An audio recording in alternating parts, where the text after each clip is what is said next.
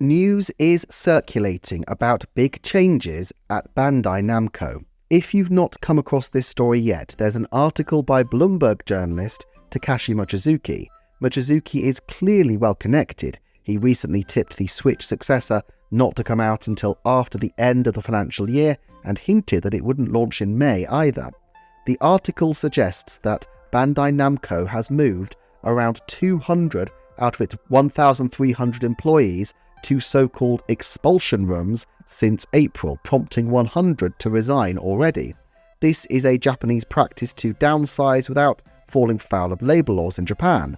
Underemployed Japanese people will generally try to use these expulsion rooms to find other work.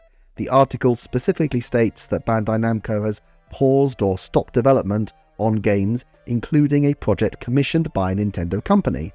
The relevant quote is this: "Over the summer, the company further shuttered smartphone game Tales of the Rays and said it would take down a big-budget online game, Blue Protocol, in January. It's also decided to either cancel or pause development of several games, including ones that feature characters from animes Naruto and One Piece, as well as a project commissioned by Nintendo company." Bandai has flat out denied the specific allegations made, saying, "Our decisions to discontinue games are based on comprehensive assessments of the situation.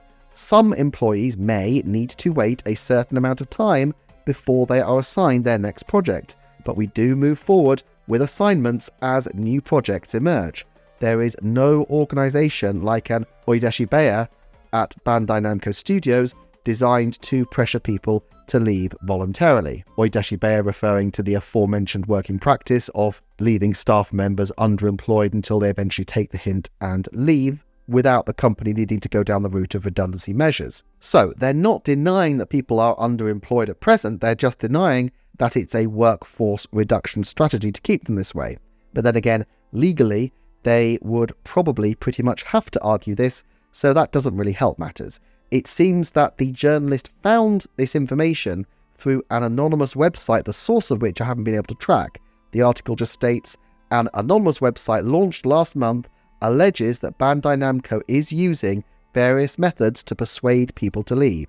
The company is aware of the website, but the information is not accurate," a representative said, declining to elaborate. So look, as a piece of news, it is what it is. There's the news if you missed it. But here's my problem. One source, which seems to be the website, and then backed up by Bloomberg. Now, this is a credible seeming source, to be sure. Bloomberg is a major news agency, and the journalist in question clearly has connections in Japan. Bandai has denied the specific allegation about their working practices in a statement, but I imagine that the legal risk of publishing this information would be quite great unless the journalist had at least some kind of basis for proceeding. But what are we to make of this almost offhand comment about a Nintendo project allegedly being shelved? And here I have questions, a lot of questions. Firstly, is this alleged project paused or cancelled? Because there's a big difference between paused and cancelled. Paused suggests that they've suspended work temporarily, possibly because Bandai are reconstructing their staff, and possibly for other reasons. Cancelled is a different matter entirely. There is evidence that last year, Bandai Namco went on a recruiting spree for a Studio 2, dedicated to supporting Nintendo titles. And of course, my Bandai Namco video a few months ago delved into other studios within the company who are working on Nintendo-related content.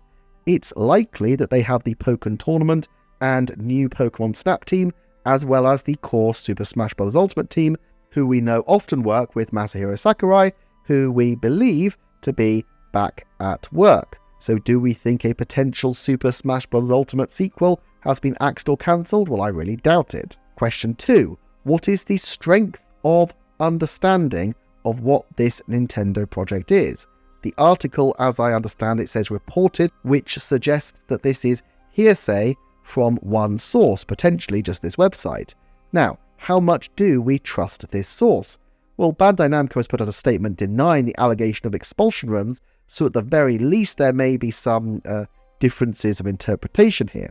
Were I being slightly cynical, it strikes me that if you were a disgruntled employee talking to a journalist about a business practice that you thought was unfair, you would have a much better chance at getting traction and wide attention by mentioning characters from Naruto and One Piece and a project by Nintendo, because those will at least get clicks and attention.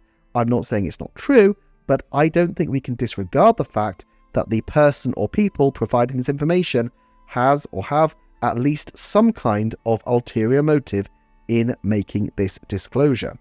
My third question is, when were these projects stalled?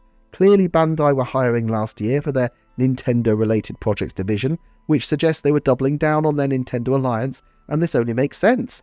Nintendo stuff sells. Now, it's true that they have to split their profits with Nintendo, so in that sense, it might not have a higher ceiling for profitability compared to other Bandai Namco products, but they also have a much higher floor for potential losses. If you're working on a Smash Bros. Or Pokemon or even Mario Baseball, you can pretty much guarantee a very decent number of sales, almost certainly in the millions. So it would be not unprecedented, but certainly surprising for Bandai Namco, who have always been good partners with Nintendo, and in fact are at least partly owned by Nintendo, to pull the plug on some major project.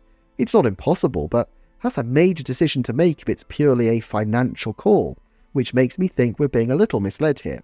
Either there was some fundamental issue with the project aside from financial reasons, or Nintendo were in agreement with the project ending, or the project is paused temporarily because the potential release window is slid due to recent changes behind the scenes with the next system, which means they no longer need it to so tightly meet the original release date, or, and here is where I'm currently landing, it wasn't a major game they were developing at all, because as my previous video went through, Bandai don't just do major ports for Nintendo, they also have Studio S, the support team, who do lots of bits for Nintendo in terms of, well, supporting other games.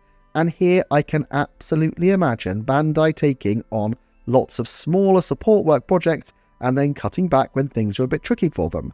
Support teams can be really valuable for production, don't get me wrong, but ultimately it's not the same as having the next Super Smash Bros. Canned because of some behind-the-scenes financial shenanigans.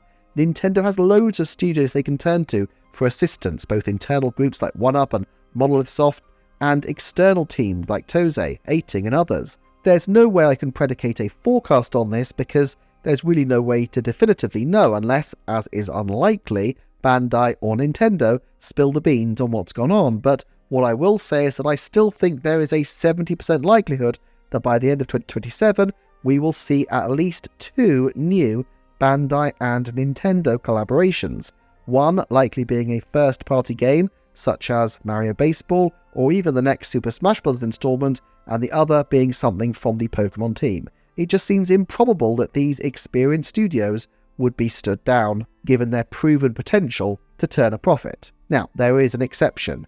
If Bandai Namco were collaborating, as seems plausible, on a Mario sports compilation game, then they would likely have been working with Camelot Software Planning.